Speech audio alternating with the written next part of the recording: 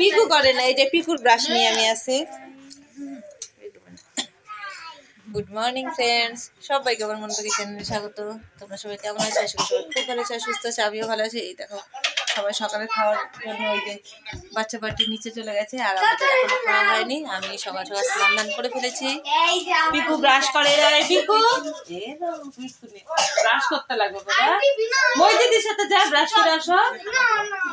ওই যে পিকু বোধহয় আজকে ব্রাশ ছাড়াই খাবে।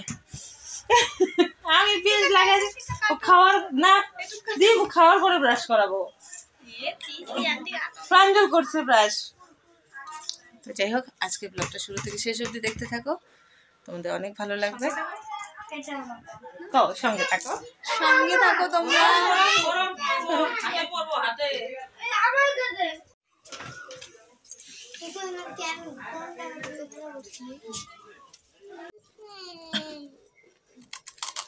বাবরে এত গরম ছুঁচ,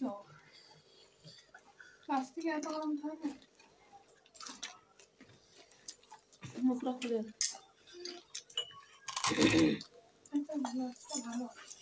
আলু দিয়ে মাখাই দিই, কি দিয়ে খাবি? এখন আমরা এই যে সবাই খেতে বসলাম।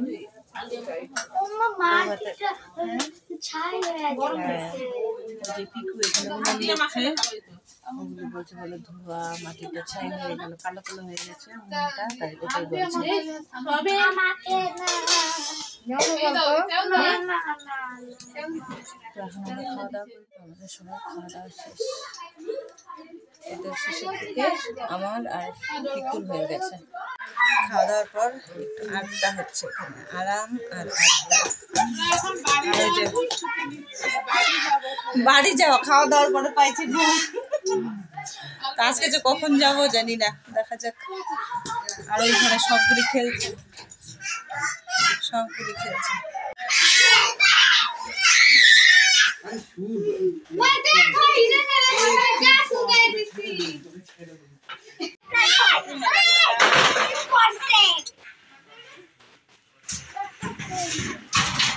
প্রাঞ্জল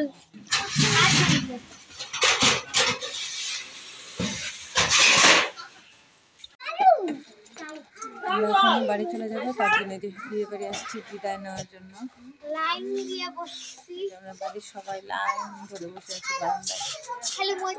হ্যাঁ, ওই দিন বড় বস্তি আছে আমার উঠোনে, আর প্যান্ডেল খুলে ফেলছে, ওই যে বাঁশগুলি আছে শুধু বাঁশগুলি খুলে ফেলছে। আরটা মেয়েগুলি কি রে নোংরা খেলতেছিস? পিকু ধরবি না কিন্তু, হ্যাঁ বালু এখন যাবি প্যান্ডেল এগুলি খেলায়। এই যে আমরা দুই যা ব্যাগ ট্যাগ নিয়ে বের হয়ে পড়লাম। ওই যে ভাস্তিরা এখন আসেনি, আসবে পরে যাব। দেখো ওই যে ব্যাগ নিয়ে বের হয়েছি, 3টা বাজে, কখন যে বের হবো জানি না, দেখা যাক। এই যে সবাই বাইরে বসে আছে, দুই ভাস্তি বাকি আছে, জামাই বাকি আছে। ওই যে আমরা এখন সবাই বের হচ্ছি বিদায় নিয়ে। তো এখন নাকি বাস কম, এখন সিট পেলে হয়, সিট পাই কি না কে জানে। এই দাঁড়াও বাবা, হাত ধরো, একটু হাত ধরো, মার হাত ধরো। সেই একদম মনে হয় কি জল ভরতে যাবো বিয়ার, এত মানুষ, কত মানুষ। দেখো সবাই তো আমরা যাবো না, কিছু আমাদেরকে এগিয়ে দিতে যাচ্ছে। ওই যে আমার ভাগ্নি আমাদের সাথে যাবে। তো চলো বাসে উঠি, পরে দেখা হচ্ছে। এই যে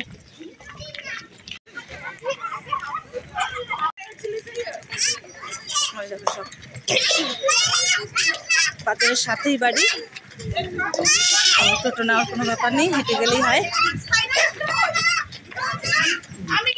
পিকুর আবার আজকে বার্থডে, বাড়ি গিয়ে একটু কেক করবো, একটু পায়েস করবো। ভাবছিলাম একটু ভালো করে হবে, কিন্তু এখানে যেহেতু বিয়ের নিমন্ত্রণ, তাই হলো না। অনেকক্ষণ দাঁড়িয়েছিলাম বাসে, দাঁড়ানোর পর জায়গা পেলাম। পিকু ঘুমিয়েছিল, এতক্ষণ যে ঘুম থেকে উঠলো। আর এই যে মেয়ে ভাগ্নি ছোট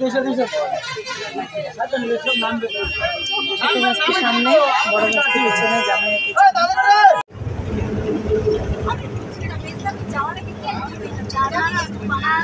তুই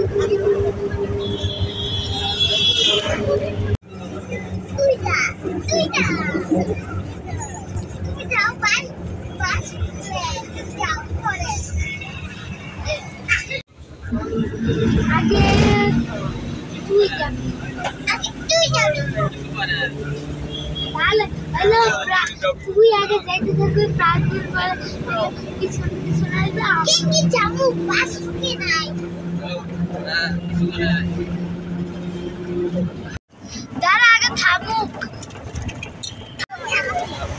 আগে প্রাঞ্জল যাবে তো বাড়ি আসলাম একটু আগে, মানে আজকে বাসটা স্লোই ছিল নাকি সেদিনই আগে পৌঁছেছি জানি না। যাওয়ার দিন লাগলো 2.5 ঘন্টা, আসার দিন লাগলো 3.5 ঘন্টা। তো এখন বাজে কটা, 6:30টায় আসলাম। তো এখন বাজে 7টা। তো এসে ঘরটা ঝাড়ু দিলাম, ঝাড়ু দিয়ে একটু পায়েস বসালাম। তো এখন দেখি একটা ছোট্ট করে কেক বানাই। 7টা বাজেই, কখন কি হবে জানি না। ছোট্ট করে কি করব, এখন আর সময় নেই, এক জায়গা থেকে আসলে কি আর হয়। আমার মাথা এমনিতে কেমন করছে, টিস করছে। যাই হোক, আবার ভাতও রান্না করতে হবে। তো সব মিলে দেখি কতটুকু কী করতে পারি। এই যে চটপট একটু ডিমের ঝোল করলাম। বাবা দাও তো, দাও দাও। এই যে মেয়ে নিজেরটা নিজে নিল। তুমি আগে ভাত নাও বাবা, ভাত নাও। এই যে তোমার থালায় ভাত নাও। ওই যে দিদিরটা দিদি নিল, এখন পিকুরটা পিকু নিবে।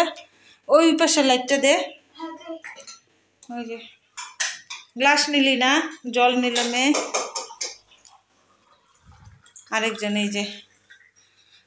এই যে ভাত নিল, গরম ভাত। এই যে ডিমের ঝোল নাও। ওই যে পিকু দিতেছে নাকি, যার যারটা শেষে আসতে নিবে বাবা। দিদিরটা দিদি নিল, এই যে পিকুরটা পিকু নিবে।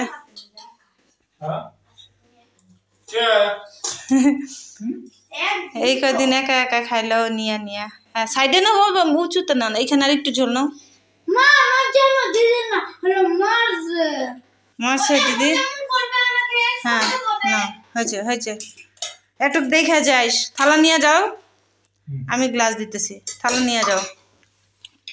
যার যার ভাত শেষে পারবে। আচ্ছা এই যে দুইজনের ভাত নিল।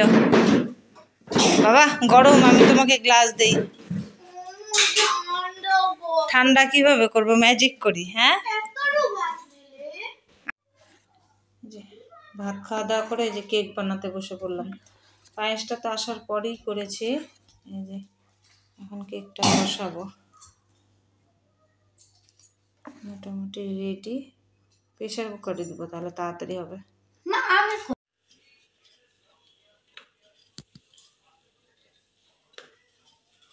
আজকে কি হলো বার্থডে সেলিব্রেট করব? আজকে তো তোমার বার্থডে। বাংলা ভাষা ইংলিশ দেখ। এই যে একটু তাড়াহুড়া করে এই যে কেকটা করলাম। কেকের মধ্যে ডিজাইনই নাই আজকে নাই বাবা, এই ক্রিম দেওয়ার টাইম নেই। এই যে একটু পুরি পায়েস, এই তো আয়োজন। কেকের ডিজাইন নাই বাবা, আজকে তাড়াহুড়া। এখন দেখ কয়টা বাজে, 10টা, ঘড়ি খারাপ আছে। আর এই যে আমার বাড়ির মেম্বার কয়জন, সবার ঘুম পাইছে।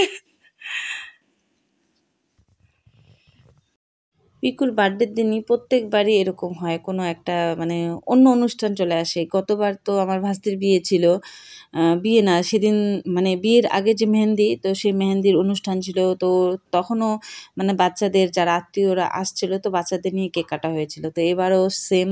তাও মানে কি বলবো, 3-3.5 ঘন্টা জার্নি করে এসে না শরীরটা এত ক্লান্ত, আর কিছুই করতে ইচ্ছে করছিল না। প্রথমে এসে পঞ্জিকা দেখলাম, যে দেখি বাংলা মাসটা যদি পরের দিন হয়। পরে দেখি না, বাংলা মাসটা আর ইংলিশের ডেট, বাংলার ডেট সব একটাই।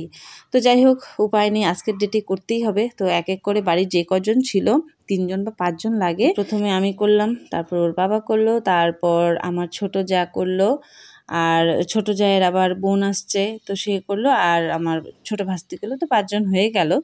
তো যাই হোক, আশীর্বাদটাই তো মেন। তো তারপর একটু পিকুকে পায়েস করে দিলাম, একটু মিষ্টিও আনানো হয়নি। যাই হোক, পায়েসটাই মেন, মানে মায়ের হাতের পায়েসটাই বড় আমাদের মধ্যে, মানে বার্থডেতে।